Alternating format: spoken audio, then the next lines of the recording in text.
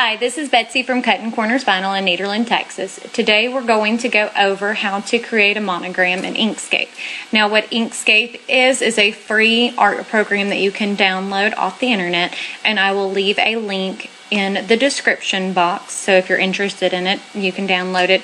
I am in no way affiliated with Inkscape. I honestly prefer to use Corel Draw, but a lot of people, whenever they're just starting off and they're doing this as a hobby, or whether they've just spent a bunch of money on the machines themselves, don't want to go and spend, $400 on an art program. So this is a great way to dip your toes in the water without spending a bunch. Now, first things first, we're going to do a monogram, and to do the monogram, we're going to use the Monogram KK font, which is available for download on dafont.com for free. Again, not affiliated. So first things first, I'm going to go over here. I've already got my Inkscape open. This is my design area. And I'm going to click on the magnifying glass icon. Now, I'm going to take and move my magnifying glass into the center of my page and click on it a couple of times so that way my page is bigger and I can see it. Now I'm clicking on the select button, so that way I can just kind of adjust my page so I can see it a little bit better.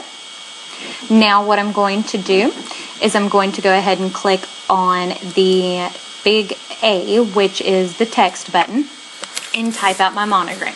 Now when you're using the Monogram KK font, your first name starts with a lowercase, your last name is next for an uppercase, and then your middle name is again a lowercase.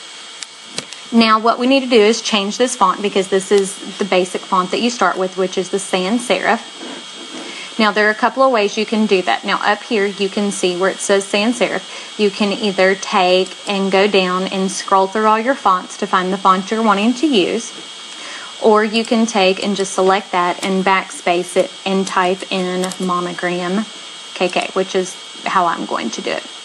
Now I've got that laid out. I'm going to select it again using the select button, and I'm going to change the size of it and make this 6 inches wide.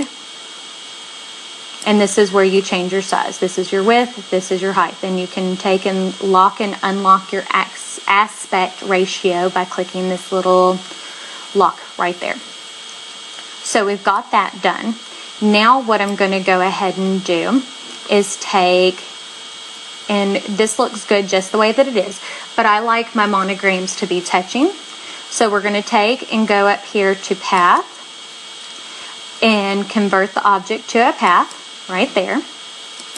And then we're going to take and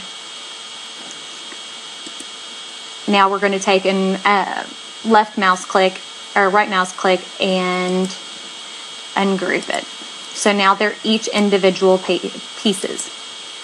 Now what I'm going to go ahead and do is just take and left arrow over until it is touching, and then I'm going to take and select the B, and I will right arrow that over until it's touching. So that looks pretty good. Now what I'm going to do is take and left mouse click and hold it down and drag it till I select all 3 pieces. Then I'm going to go back up here to the path, and I'm going to select Union. And that makes everything one piece. You can come up here to View and Display Mode, and you can see outlines. So that's what it would look like when it cut, which it looks great like that. But if you're doing something small, like on the back of the shoes, when I did those are only 2 inches wide. So I like to make these lines a little bit thicker, because when you're cutting that small, it takes a lot of time to weed it without breaking it. So we're going to go back up here to the view and go back under display mode and go back to normal. Now to be able to outline this, we're going to go ahead and right mouse click and click on fill in stroke.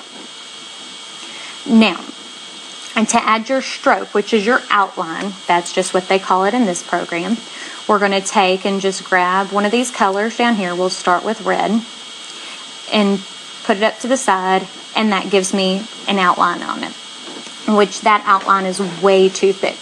So I'm going to go over here to the toolbox and select, you see how it says width up here, and I'm going to delete that out of there and make it a 4-point outline. And I'm still not completely happy with that, so let's make it 3. Okay, so see how that thickens up the lines, but it's not terrible. Now we want to join all this in one piece, and the easiest way to do that is what I'm going to do now is I'm going to copy this and paste, and I'm going to, on the second one, make my outline 0, and I'll show you why we're doing that in just a second. So now I'm going to go back to this first monogram, and I'm going to go up here to path, and I'm going to convert my stroke right here to a path. Now that's why I copied this, because as you can see, whenever I converted that to a path, it took away my middle.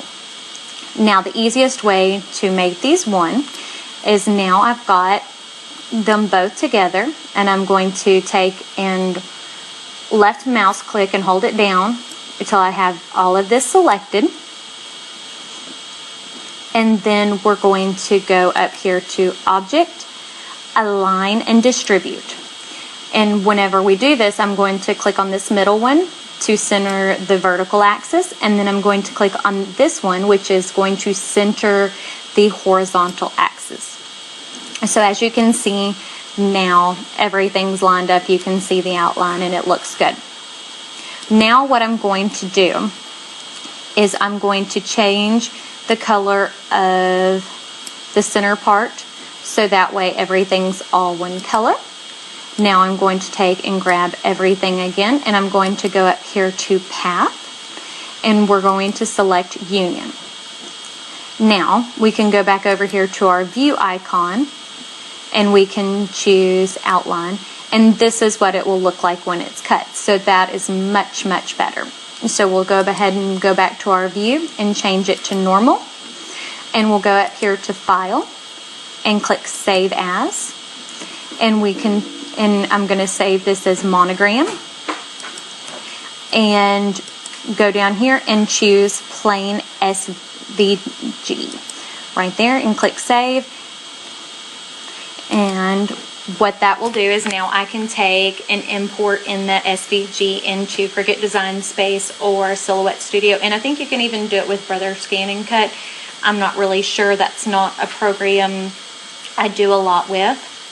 So we're going to do some more tutorials over how to use the softwares. I'm going to do more on Inkscape, more on CorelDRAW, more on Silhouette Studio, as well as Cricut Design Space.